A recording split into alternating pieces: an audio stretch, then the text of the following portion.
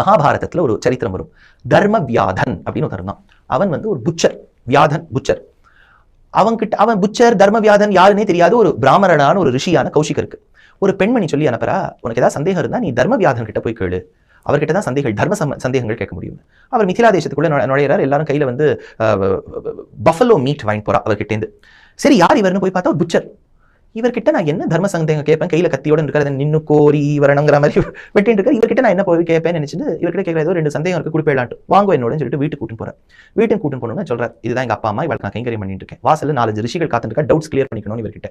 இந்த கௌஷிகர் ஆச்சரியப்படுறார், சுவாமி உனக்கு எப்படி நீயோ புச்சர்? அப்பா சொல்றார், எப்படி என் தாய் தந்தைக்கு கைங்கரியம் செய்து ஞானம் வந்தது. நான் எப்படி புச்சர் தொழில் பார்த்தாலும் அதை சாப்பிடக்கூடிய வாழ்க்கை நான் கொடுத்துறேன், நான் சாப்பிடுவதில்லை.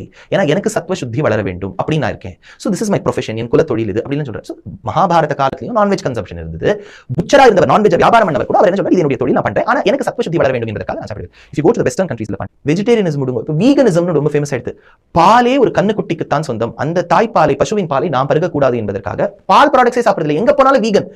இப்போ எனக்கு என்ன தோன்றதுன்னா, இப்போ நம்ம இன்னும் பாருங்க, இப்போ அது ஒரு ஃபேஷனா போயிடும். ஏன்னா வெஸ்டர்ன் வேர்ல்டு ஏதாவது ஒன்று சொல்லிடுத்தோம்னு வச்சுக்கோ, அது இந்தியாவில் ஒரு பெரிய ஃபேஷன் ஆயிடும். இதே நம்ம சின்ன கிராமப்புறத்துலேருந்து நம்ம பெரிய தாத்தாலாம் சொன்னா இவருக்கு என்ன தெரியும், இது பெருசுன்னு விட்டுருவா.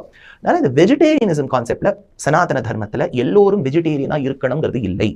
வேதம் கத்துருக்கியா, உனக்கு அது தேவையில்லை, நீ அதெல்லாம் சாப்பிடாதேங்கிறத சொல்றாளே ஒழிய சாப்பிட முடியாதுன்னு சொல்லல, சாப்பிடக்கூடாதுங்கிறா. நான் சாப்பிட்ட சிக்கன் 65 நானும் சாப்பிடலாம், என்னுடைய தர்மம் கூடாது, அதனால நான் இருக்கேன். இன்னொன்னு அதுக்கு ஒரு காரணம் வந்து உனக்கு தேவையில்லை.